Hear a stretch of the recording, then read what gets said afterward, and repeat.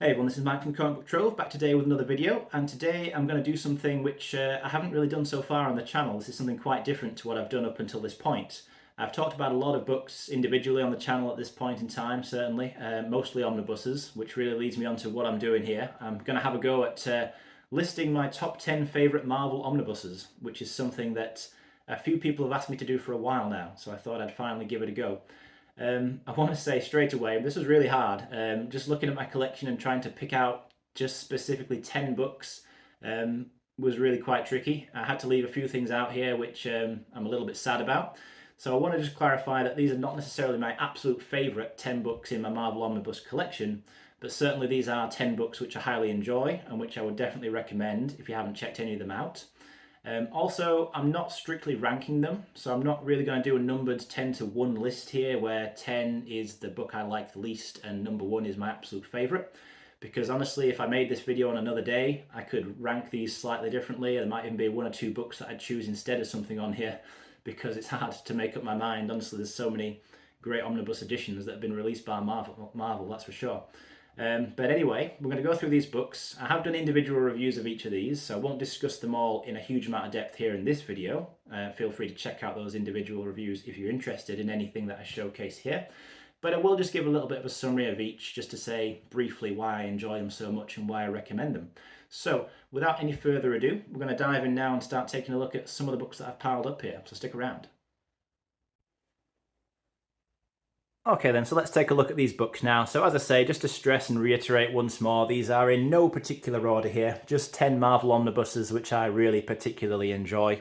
And keeping that in mind, I'm going to start off here by looking at the Fantastic Four Omnibus Volume 2.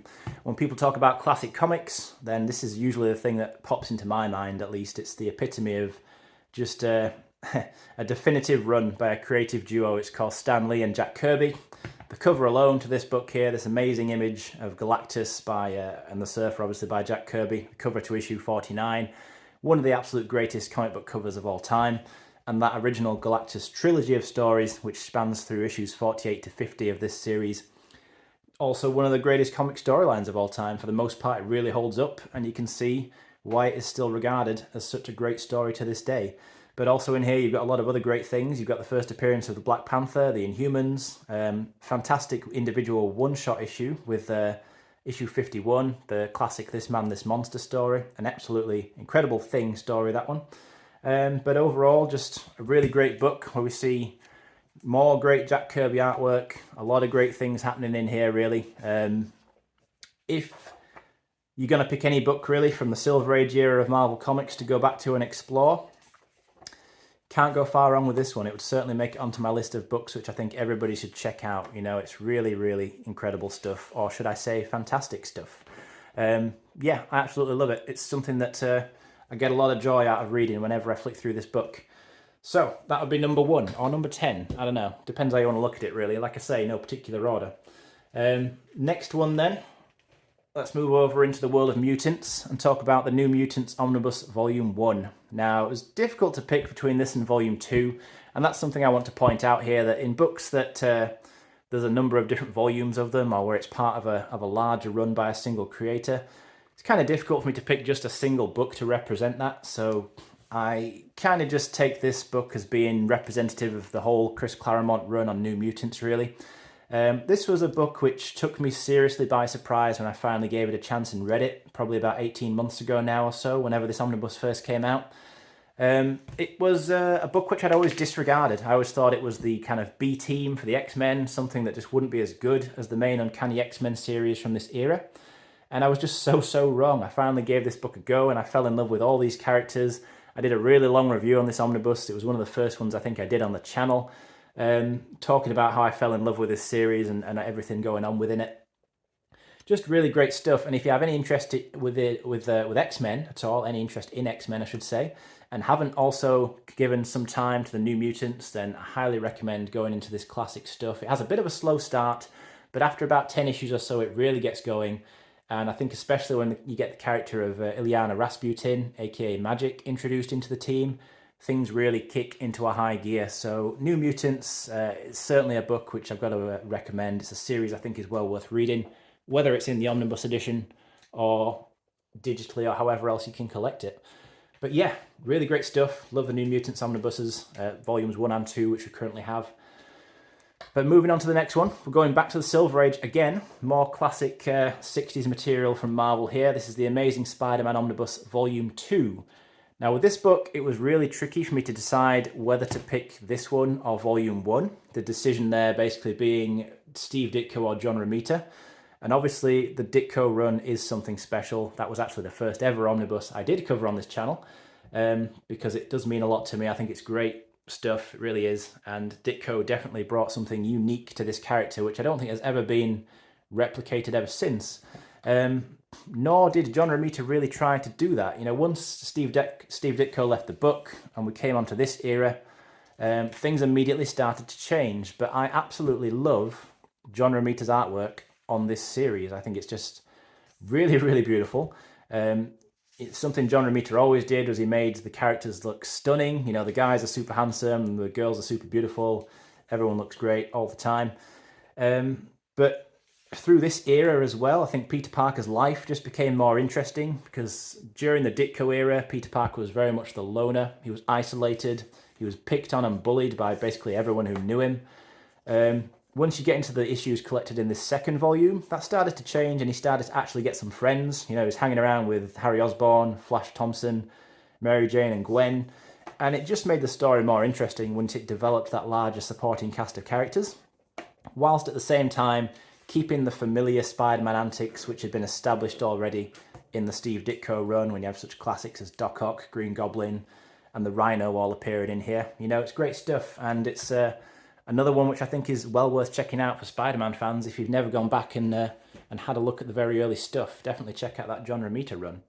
We're going to stick with Spider-Man for this next one actually, but we're going to jump forward in time quite a few years from that volume into Ultimate Spider-Man Volume 1 here, with this great DM variant cover, which I really loved that they gave us an option with Venom and this purple border kind of motif thing going on. Really like that. Great cover.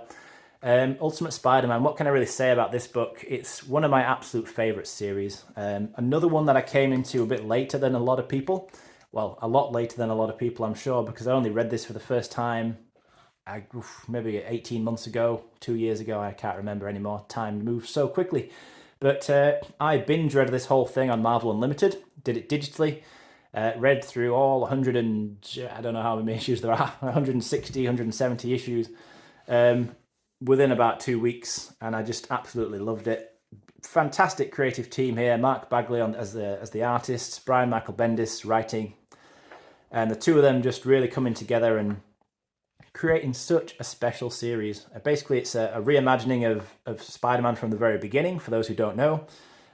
Started coming out in the early 2000s, so it's a more modern take on things than if you go right back to the Steve Ditko era and start from the early 60s. But what is so incredible about this run really is just the artwork. I love Mark Bagley's artwork. He gave this run such a distinct look. It really did. But it's just the characters. It's a really, really character-driven story for the most part. There is obviously some great action involving Spider-Man and the supervillains and other characters. But it's the Peter Parker story that resonates so strongly with me in here. I just think he's written really well, as are the supporting characters. Mary Jane's in there from pretty much the very beginning. In fact, she isn't there from the very beginning, but soon after you get characters like Gwen Stacy, familiar characters like Flash Thompson, Harry Osborn, but different versions of them to what we've seen in the main Marvel universe. And it's just a really good read. You know, I can't really do it justice in a short summary like this, but if you haven't read Ultimate Spider-Man and you have an interest in Spidey as a character, then please do yourself a favour and check that out at some point if you can, because it hooked me from very early on, and it could be my favourite ever comic book series at this point. I really, really, really, really, really like it. Up until this point, we've managed to go without talking about the X-Men, but that's about to change because we've got the Uncanny XMen Omnibus Volume 2 here. Another case where it was really difficult for me to decide which X-Men Omnibus to pick. There were quite a few contenders which I could have put in here, but I've gone with this one basically just because it contains the tail end of the Chris Claremont and John Byrne era. Specifically, this starts partway through the Dark Phoenix saga, and I know that it might be a little bit kind of unoriginal to say this, given how popular that storyline is, but Dark Phoenix Saga really is, I think, my favourite X-Men story to this day. There is a bit of personal bias in that, because the first X-Men book I ever remember reading was a trade paperback collection of the Dark Phoenix Saga, many years ago now, but that was something that was bought for me in a comic book shop whilst shopping by my dad, who decided he was going to try and get me into comics a little bit. And I guess he succeeded, given where I am today with this. But yeah, it just left an impression on me, which to this day I can go back and look at the artwork in here. This amazing penciling by John Byrne, inked by Terry Austin. Just beautiful, beautiful artwork. Some of the best comic artwork I think there's ever been, and I know that's a big claim, but I genuinely believe it. But the stories as well, just excellently written. I mean, this has been co-plotted at this point by John Byrne and Chris Claremont, but of course Chris Claremont remained on as writer for a great many years after this, continued with a high caliber of storytelling throughout. I mean, it's the X-Men, you know, it's if you don't know about it, then again, something you definitely should go back and check out this run from the very beginning. The stuff in here is just really great. I mean, it's high action, high stakes, great character-driven storytelling again. That's something I always appreciate when writers take the chances and the opportunities to develop their characters, so that when you read a long run like you do with Chris Claremont's X-Men, you really do feel like you've seen those characters develop and change a lot along the way as a result of the things that they've experienced and been through. And I can't think of any series where that's more the case and more applicable to say than about Chris Claremont's X-Men, and a lot of that continues to be the case throughout the remaining years on which he wrote the series, because of the stuff that happened in this volume. So a hugely important sequence of issues collected in there. There are other great X-Men omnibuses, obviously, that I could have included, but this is one for me was one that will always stand out. So another one that I think is well worth checking out. Next up, I want to look at probably my favourite crossover event when it comes to Marvel. So we're getting cosmic here with the Infinity Gauntlet Omnibus. Now, again, this is something that, as with the others, I've talked about in a fair amount of detail when I've discussed this in my review for the book a while ago now. But this is just, what can you really say? I mean, this is the book that inspired the hugely popular, successful Infinity War movie and its follow-up Endgame. Obviously, I'm sure pretty much everyone is familiar with those at this point. But yeah, those took inspiration from here. It's the classic story of Thanos gathering the Infinity Stones, or the Infinity Gems as they are in the comics, and assembling the Infinity Gauntlet. And subsequently, once he becomes all-powerful, having done that, he does wipe out half the universe, and it's up to the heroes of the Marvel Universe to stop him as best they can, really, to do what they can to put things right. And it's a hugely cosmic story in its scope, massive stakes, a lot bigger in scope than the movies certainly were able to do. And that's just one of the great benefits of comics, really, is that you're not limited, obviously, by the same kinds of factors that limit what you can do when making a movie. So in here you get a huge cast of characters ultimately getting involved, a lot of cosmic entities from the Marvel Universe, and some beautiful artwork throughout here, I've got to say, by Ron Lim, who illustrates so much of this. The writing, of course, by Jim Starlin, who was effectively the creator of Thanos. And yeah, just does a great job with this story, as we see all kinds of wild and wacky things going on, with Adam Warlock, who we see here, really being brought back into the Marvel Universe as a result of this story, and being positioned as a main protagonist, the Silver Surfer. We also spend a lot of time following him through here, see a lot of things from his perspective specifically. But yeah, ultimately a lot of different Marvel characters end up getting involved. So you like to Spider-Man, Captain America, Wolverine, the Hulk, Doctor Strange gets in there, you know, huge cast of characters, like I say. It's just a really exciting event that I always have a great time reading it, and it is something which I think a lot of people would get a lot of enjoyment out. If you haven't already checked it out at this point in time, I think you can always at least pick up the main event in trade paperback. Not sure about the availability of the omnibus at this point, but nevertheless, Infinity Gauntlet, one of the great books in my opinion. And that brings us on to the next one, which we're going to get a lot more modern with this one. So it was tricky for me to pick a Thor omnibus to put in here, because it was between this one, Thor by Jason Aaron, Volume 1, of course, and Thor by Walter Simonson. And even now, I'm not sure if I made the right decision, but I really love both of these runs on Thor, and there is not much in it for me to say as to which I prefer to the other. But this particular run began a few years ago now. It's the run in which, of course, there was a chunk of time where Jane Foster became Thor, whilst Thor himself was unworthy because of something that happens to him. Really good storytelling, you know, that was something that at the time was a bit controversial, but as I said in my review of this book, or at least I think I did, if I remember rightly, I think that people who criticise that must have not been reading the book, because within the story everything is very well explained. I think that Jason Aaron just nailed this character in this series. He had a really good handle on it, a good understanding of what makes Thor Thor, and how to play around with that formula and do some different things.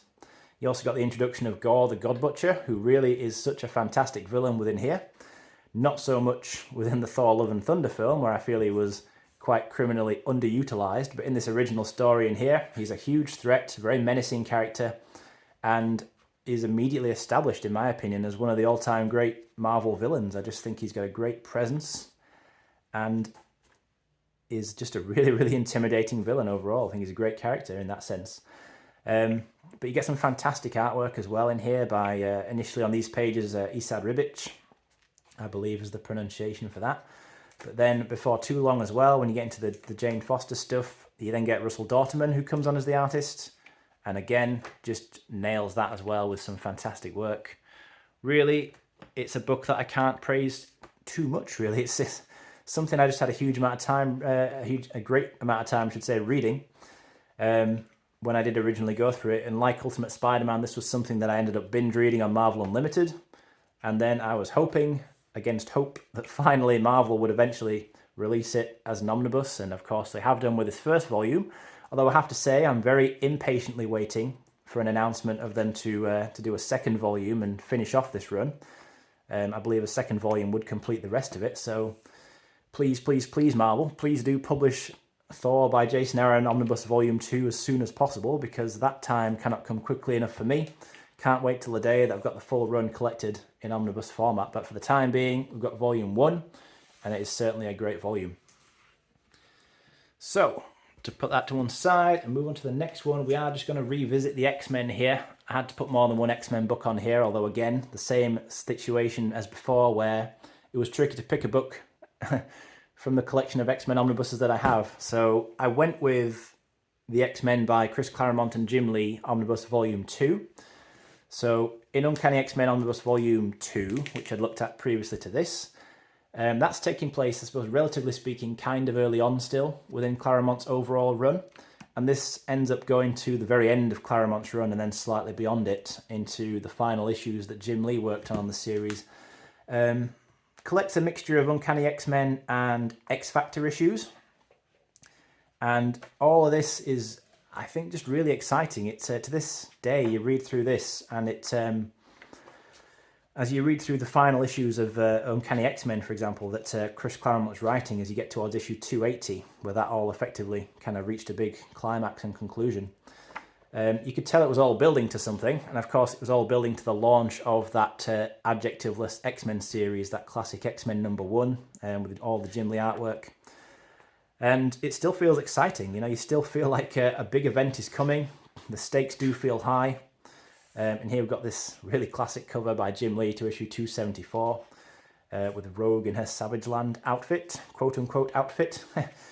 But yeah, so it's early Jim Lee work. I mean, I don't think that Jim Lee's work in here is the very best he's ever done. I think he became better as the years went on beyond this.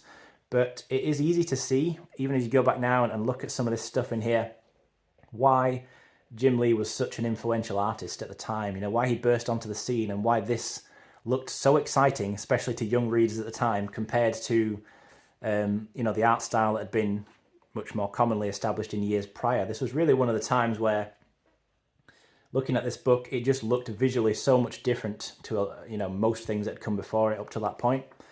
And it's got that very kind of dynamic, extreme factor. Everybody kind of looks cool, you know. And it still has that effect, I think, to this day, at least, you know, to me, because even though it's not some of my very favourite artwork ever, I think it is exciting artwork. I think it accomplished that challenge of just just looking cool. You know, fundamentally, it's not maybe not the coolest way to describe it, not the best way to say it, but it just has that cool factor to it. You know, this early 90s X-Men stuff, well, very late 80s, early 90s. And, you know, it's got X-Men #1 in there, which I think, is that still the best-selling comic of all time? I believe it is. But yeah, I mean, as collected in this omnibus, what I love about this omnibus edition as well is the huge variety of extras that you get in here. So you get every individual cover for X-Men #1, then you get the full image, and then you dive in and, you know, classic stuff here from this point on, all the looks of the characters that would be used for the animated series, which again, hugely popular. And there's a great big extras section in the back here as well, which, yeah, I've shown off already in the individual review I did of this book. So, yeah, another great book there, another one well worth checking out. But finally, well, not quite finally, we'll have another one to go after this, but yeah, Incredible Hulk by Peter David. This is volume 3. But yeah, this I could have picked any book, any of the 4 volumes of omnibuses that we've had so far from this run. Peter David's Hulk is just, it's an incredible run, you know, fittingly. It's such a character-defining run, really. It's at a bit of a loss for words, kind of thinking, how do I summarize it in a short amount of time? I've spent a long time talking about this run and this series in talking about each of these books individually, the 4 omnibus volumes that collect it. But Peter David, man, he just came onto this book and he just experimented so much, and he was given free rein to do so, and that paid off so well. In here, in this particular volume, we've got a lot of artwork by Gary Frank. This is all during the time where the Hulk is in the form of the Hulk, but he's got the intelligence and personality of Bruce Banner. So he's effectively kind of everything in one. And he's working with this group of characters called the Pantheon, who I thought were a fantastic group of supporting characters. Whilst they featured in here, I thought they were really good. Also in here is arguably the greatest individual Hulk story of all time. You got Future Imperfect, which we're seeing here, pages from it here. Written by Peter David, artwork by the late great George Perez, which saw the introduction of the Maestro character as well, who is, yeah, just one of the great Marvel characters again, certainly one of the great Hulk characters. But a really good story, really great run. So many different things going on within this run, a lot more going on in it than you might suspect. It's not a typical Hulk story. It's not all about Hulk getting angry for 150 issues or whatever it is. There's a lot more to it than that. It's honestly so many different things happening here. You go through so many big drastic changes in the Hulk's life and Bruce Banner's life. And it is very exciting stuff. Another one that kept me hooked from very early on when I started reading the run. When I read through this, I think the first time I started reading it was when Volume 1 came out. And I hadn't read the run before up to that point, but I took a chance on Volume 1. And I read through that entire omnibus so quickly and was then so desperate for a time where they might print the rest of the run in further omnibus volumes. And of course, now that has happened. So that's really great to see. Last but not least, we've got Daredevil by Frank Miller and Klaus Janson. To this day, I think the definitive Daredevil run, and that is saying something because I think a lot of people know, Daredevil fans will know that there's been a lot of great runs on this character over the years. But really that all began here with Frank Miller's take on Daredevil and really putting this character in a new light, switching the series up and shifting it in a new direction, making it more serious, more kind of grim and gritty, focusing more on that kind of street level crime element. Also really emphasizing the Kingpin as being a Daredevil villain as opposed to primarily a Spider-Man villain, which he'd been up to that point. Bringing in the character of Elektra, just greatly further establishing Matt Murdock's backstory with Elektra and you know in other aspects as well. And overall introducing some great elements to this character and to this series, which just make this a really fascinating book to read as you go through it. I just think this is really top quality stuff, especially during the issues collected in here, the main run itself, which is was both written and penciled by Miller, eventually with Klaus Janson taking over as artist. But yeah, again, without talking about it in a huge amount of detail, as I've already done in my main review for this book, it's just really, really great stuff. If you are interested in Daredevil and you want to think of a point as to where you could start reading I can think of no better point really than Frank Miller's run on here. I always loved this image of Elektra there doing her, let's say, her workout, whatever it is exactly. Meditation, yoga, etc. Ninjas, you get a lot of ninjas in here, a lot of kind of Japanese elements and stuff like that, stuff that Frank Miller is in general kind of fascinated by. Yeah, it's just really exciting. There's kind of some supernatural stuff going on, there's a lot of organised crime, and Matt Murdock is pushed to breaking point a couple of times really within here, and we see him really pushed to the extreme, where he almost crosses the line from being a hero into being a villain almost. But yeah, a lot of great stuff. But that is that really then. So that is my summary and my attempt at picking out just 10 books from my Marvel Omnibus collection. Hopefully that was quite enjoyable to look through and to listen through with me. Let me know what you think about any of the books I've discussed on here. There were a few other books which I would have liked to include, you know, honourable mentions that would include things like Thor by Walter Simonson, which I already mentioned. It's Roger Stern's Spider-Man, John Byrne's Fantastic Four, the Alias Omnibus by Brian Michael Bendis and Michael Gaydos. Yeah, a whole bunch of stuff really that I could easily fit onto a longer list of favourite Marvel Omnibuses if I were to expand this, but I tried to keep it for 10 for now, and hopefully I've made a good case as to why I selected each of these books. But as I say, let me know what you think about each of these. Maybe let me know what I haven't included on here that you would have included in your own top 10 favourite books from Marvel in terms of omnibuses. But other than that, thanks again for watching all the way through. I appreciate that as always, and I will be back again soon to discuss something else.